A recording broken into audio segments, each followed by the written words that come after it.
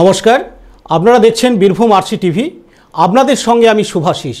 শুরু করছি আজকের সংবাদ। বিস্তারিত সংবাদে যাওয়ার আগে দেখে নেব সংবাদ শিরোনাম।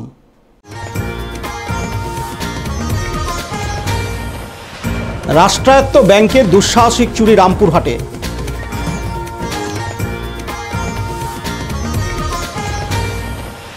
সিউড়ি সংশোধনাগারে অনশনে বিচারাধীন বন্দীরা।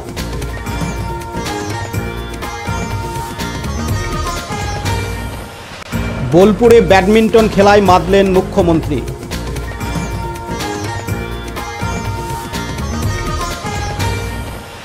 আন্তর্জাতিক ক্যারাটে প্রতিযোগিতায় পদক বীরভূমি কন্যাদের।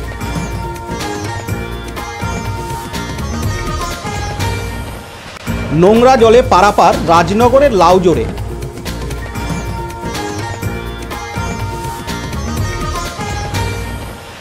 ছবিওয়ালার ছবি প্রদর্শনী সাঁইথিয়া বইমেলায়।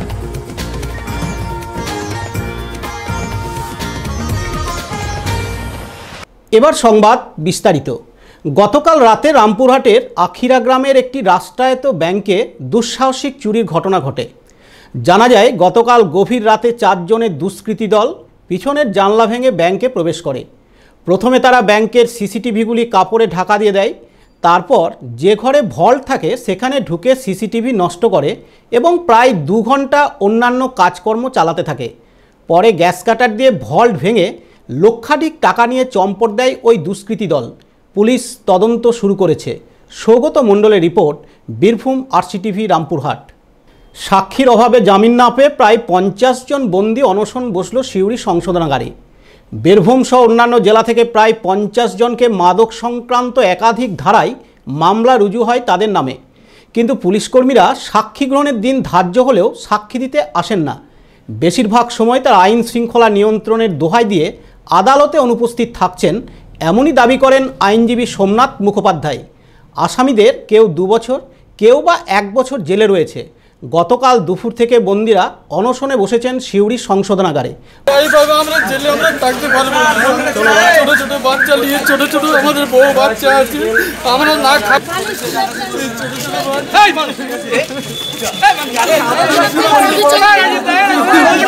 এই ছোট ছোট বাচ্চা নিয়ে আমরা এগুলো করতে পারবো না স্যার।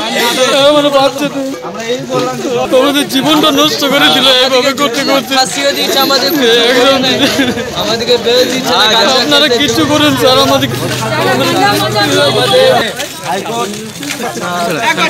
একদম জীবনটা ছোট ছোট বাচ্চা, আমরা এইভাবে কি করে থাকবো? আমরা জেলের মধ্যে আমাদের কিচ্ছু চাই না, আমাদের বেল চাই।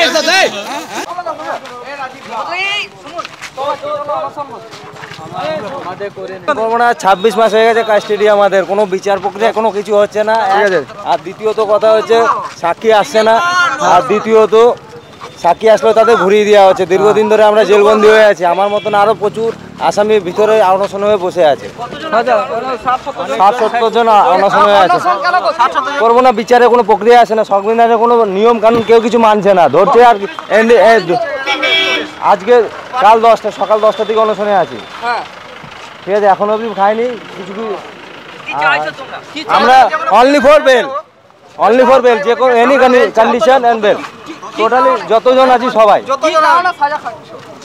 সাজা, কোনো কারণই নেই। পুলিশ ধরে নিয়ে এসে এনডিপিএস কেস লাগিয়ে দিয়ে গেছে। দীর্ঘত রেলওয়ে স্টেশন থেকে, বর্ধমান রেলওয়ে স্টেশন থেকে। আমার বাড়ি নবদ্বীপে। আমরা এখন বহুত জন আছি, 70 জন মিলে করছি। এনডিপিএস কেসের কোনো গতি নেই। আজকে দীর্ঘদিন ধরে কোর্ট আসছি যাচ্ছি, এক একটা ডেট পড়ছে প্রায় 3 মাস এরকম করে, কেউ 4 মাস, এইভাবে দীর্ঘদিন ধরে চলে যাচ্ছে। কোনো সন্দেহজনক না, পলিটিক্যাল ব্যাপারে।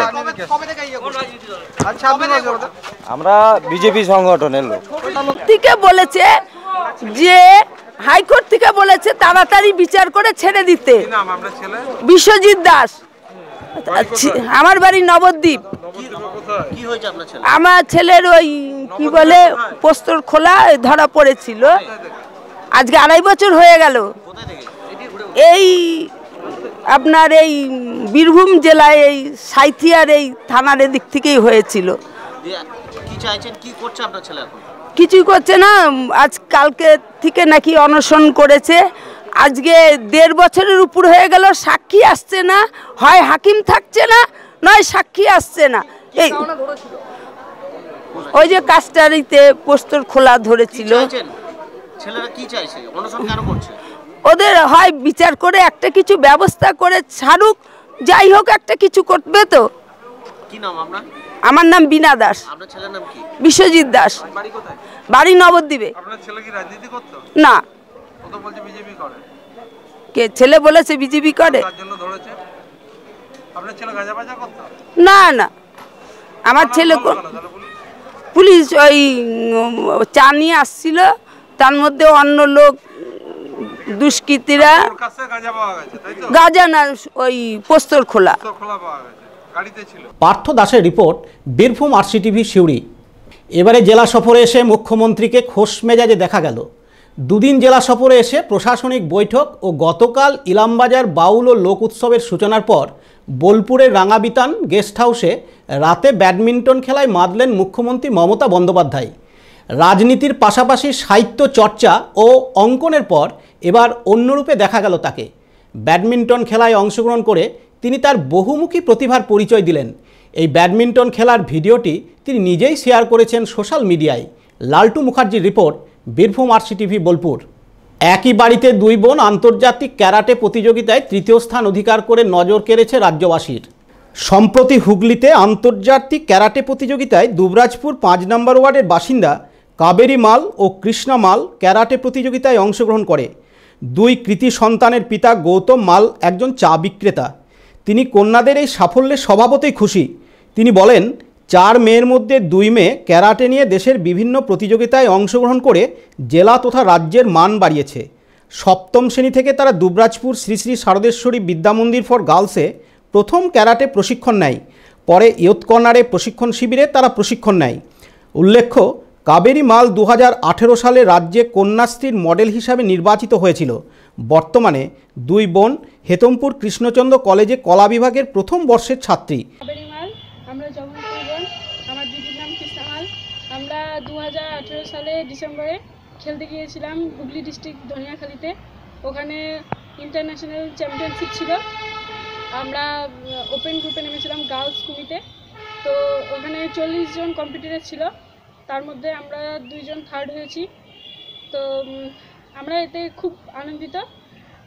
আমাদের এটা নিয়ে গর্বিত কি যে আমরা যেখানেই খেলতে যাই সেখানেই কিছু না কিছু জিতে আসি, ফার্স্ট হোক, সেকেন্ড হোক, থার্ড হোক। আমি পুনেতে খেলতে গিয়েছিলাম 2017-তে, ওখানে ফার্স্ট হয়ে এসেছিলাম গার্লস কুমিতেতে ওপেনে। আর এমনিতে কলকাতাতে গিয়েছিলাম, মিনি এশিয়া কাপ চ্যাম্পিয়নশিপ ছিল, ওখানে ফার্স্ট হয়ে এসেছি। আমার দিদি 45 to 50 কেজি ওয়েট ক্যাটাগরিতে ওখানে ফার্স্ট হয়ে এসছে। আর আমরা 4 বোন, আমাদের ভাই নেই। আমরা এরকম করেই চলে। আমার বাবার একটা দোকান আছে, ছোট চায়ের দোকান, আমার ব্লকের পাশে। কোনো রকম করে চলে আমাদের পড়াশোনা, এই নিয়েই থাকি। আর এই যত কিছু হয়েছে, এই কবে আমি কন্যাশ্রী মডেল হলাম, 2018-তেই হয়েছি। তো সব কিছু আমার সেন্সি অলোক চ্যাটার্জি আছে, আমার স্যার গুরু, উনি সব করেছেন এইসব। তোমরা পড়াশোনা কি করো? পড়াশোনা আমরা হেতমপুর কলেজে ফার্স্ট ইয়ারে পড়ছি। দুজনেই পড়ছি, পাস করছে। আমরা স্কুল থেকেই শিখি। স্কুলে যখন শুরু হয়েছিল, স্কুল থেকে সরকার যখন চালাচ্ছিল, শ্রী শ্রী শারদেশ্বরী বিদ্যামন্দির ফর গার্লসে পড়তাম, তো ওখানে আমরা 7 থেকেই শিখছি। এখন ইয়ুথ কর্নার ক্লাবে শিখি আমরা। ওখানে একটা ডোজো আছে, ওখানেই। আর এখানে আমাদের যেখানে খেলতে গিয়েছিলাম 2018-তে ধনিয়াখালীতে, ওখানে 6টা দেশ এসেছিল, বাংলাদেশ, নেপাল, মায়ানমার, শ্রীলঙ্কা, আমাদের ভারত, তারপর আরেকটা দেশ এসেছিল। টোটালি ছিল 6টা দেশ। কতজন অংশগ্রহণ করেছিল সেখানে? আমাদের গ্রুপে ছিল 40 জন কম্পিটিটর। আমরা পুরো 16 থেকে 16 ইয়ার্স থেকে ওপেন ছিল টোটালে, আমরা ওপেন গ্রুপেই লড়েছি। কি চ্যাম্পিয়নশিপ বলছে এটা? এটা first international Kyokushin karate championship 2018। আমি গৌতম মাল। আমি এই 2 ক্যারাটেম্যান কন্যার মেয়ে। আমার দুবরাজপুরে বাড়ি। 5 নম্বর ওয়ার্ডে। আর দুবরাজপুর ব্লকের এখানে একটা আমি ছোট্ট চায়ের দোকান করি। তো এই 4টে মেয়ে নিয়ে আমাকে এই দোকান নিয়ে সংসার চালাতে হয়, এদের খরচা জোগাতে হয়। তারপরে আমার তো আর ছেলে নেই, বা আমার ছেলের মানে কমে আমি মেসেজ করি নাই বা অভাব পাই নাই, কেন এই ছেলে এই মেয়েগুলোর দিকে নিয়ে আমার খুশিতে দিন কেটে যায়। এরা বিভিন্ন জায়গায় প্রাইজ নিয়ে আসে, বিভিন্ন জায়গায় পুরস্কার নিয়ে আসে, মান সম্মান যখন বাড়ায় তখন এই জিনিসটা আমি ভুলে যাই। তারপরে সংসার তো ধরুন মানে খুব কষ্টের মধ্যেই কাটে আমাদের, যেহেতু দোকান আমার ছোট। তো দেখছি এরা সব নানা রকম বাইরে যাবে, বিদেশে যাবে, এরকম একটা সম্ভাবনা আছে। তার খরচাপাতি জোগানো মুশকিল ব্যাপার আছে। তো দেখছি কতদূর কী করা যায়। আমি তো কোনো কিছু তো কমিয়ে দিই না এদেরকে। আর আমার তো যখন 4টা মেয়ে ছিল তখন খুব চিন্তায় ছিলাম আমি। তারপরে যখন মেয়েরা বড় হলো, যখন বাইরে নানা রকম নাম মানে করতে লাগলো, তখন আমার যে ছেলে নাই এই জিনিসটা আমার মানে ভুলেই গিয়েছি আমি। আমার মানে কোনো কিছু মানে মনেই হয় না যে আমার ছেলে নাই বা কোনো কিছু আমার কোনো কষ্ট ভোগ করছি বা কোনো কিছু, এসব সম্বন্ধে কোনো আমার মানে মনেই হয় না। আমার এই 4টে মেয়েই আমার ছেলে, এরা ছেলেরই কাজ করে, এরা সমস্ত কাজই এরা আমার করে। আমার কোনো অসুবিধা হয় না, কোনো জায়গায় আমি মানে অসুবিধা ভোগ করিনি।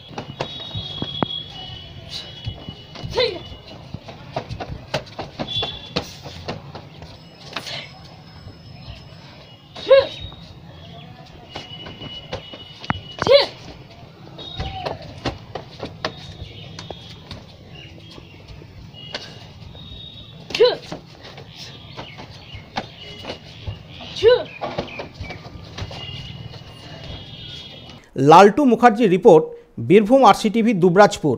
রাস্তা আটকে বাঁধ এবং সেই বাঁধের নোংরা জলে পারাপার করতে হচ্ছে রাজনগর ব্লকের লাউজোর গ্রামে। এখানে সারা বছর নর্দমার জল বয়ে যেত রাস্তার উপর দিয়ে। সপ্তাহখানেক আগে সেই নোংরা জল আটকাতে রাস্তার উপর মাটি ফেলে বাঁধ দিয়ে দেন পাড়ার লোকজন। তার জেরেই ভোগান্তি গোটা এলাকার মানুষজনের। লাউজোর থেকে শীর্ষাগ্রাম যাওয়ার রাস্তার অঙ্গনওয়াড়ি কেন্দ্রের সামনের রাস্তা দিয়ে নর্দমার নোংরা জল যাচ্ছিল। সেই নোংরা জল আটকাতে পাড়ার লোকেরা বাঁধ দিয়ে দেন। এর ফলে গোটা এলাকার নোংরা জল সেখানে আটকে গেছে। অসুবিধায় পড়েছেন স্কুল পড়ুয়া থেকে সাধারণ মানুষ। বিষয়টি প্রশাসনের নজরে আনা হয়েছে। আর পঞ্চায়েতের একটা ইনকমপ্লিট একটা ড্রেন আছে, বুঝতে পারলে, এই বাঁধটার পশ্চিম সাইডে। তো সেখানে নোংরা আবর্জনা আমাদের রাস্তায় পড়ছে। হ্যাঁ, রাস্তায় পড়ার কারণে গ্রামে ভেসে যাচ্ছে, গোটা রাস্তাটা ভেসে যাচ্ছে। এবং গ্রামের মায়েরা আমাদের পুজো করতে যাওয়ার জন্য ওই যে নোংরা আবর্জনাতে পা দিয়ে পেরিয়ে আসছে, যার ফলে প্রচণ্ড অসুবিধা এবং সমাজ তাতে ক্ষতি হচ্ছে, যার ফলে গ্রামের মানুষ এই বাঁধটা দিচ্ছে। প্রশাসনের দৃষ্টি আকর্ষণ করা যায়, মানে এটাকে পঞ্চায়েতকে বলা হয়েছিল, পঞ্চায়েত কোনো স্টেপ নেয়নি, যার জন্য পঞ্চায়েতে বা প্রশাসনের দৃষ্টি আকর্ষণ করার জন্য এই বাঁধটাকে দিয়ে দেওয়া হয়েছে, যার জন্য নোংরা জল এই সামনে জড়ো হয়ে গেছে। ঠিক আছে। উত্তম মণ্ডলের রিপোর্ট, বীরভূম আরসিটিভি, রাজনগর। সাঁইথিয়ার বইমেলায় আলোকচিত্রী অনির্বাণ সেনের একক আলোকচিত্র প্রদর্শন নজর কেড়েছে জেলাবাসীর।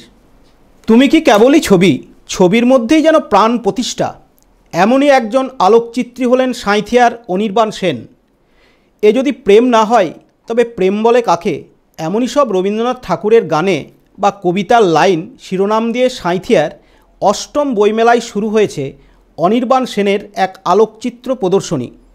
গত ২৯শে ডিসেম্বর বিকেলে সাঁইথিয়া বইমেলার উদ্বোধন করেন বিখ্যাত সাহিত্যিক বুদ্ধদেব গুহ। মেলা উদ্বোধনের পরেই তিনি অনির্বাণ সেনের একক আলোকচিত্র প্রদর্শনীর উদ্বোধন করেন, যার ছবি দেখে লেখক অভিভূত হন।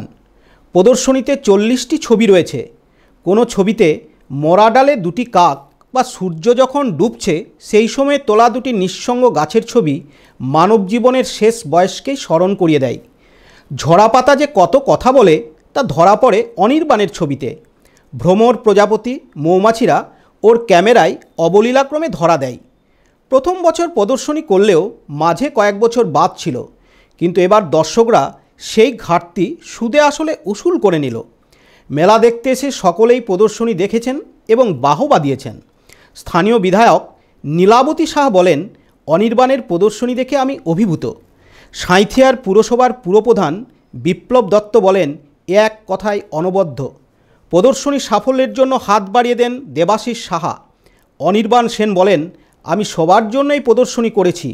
আমার তোলা ছবি যদি সবার হৃদয়ে একটু জায়গা করে নিতে পারে তাহলে সেটাই হবে আমার চরম প্রাপ্তি।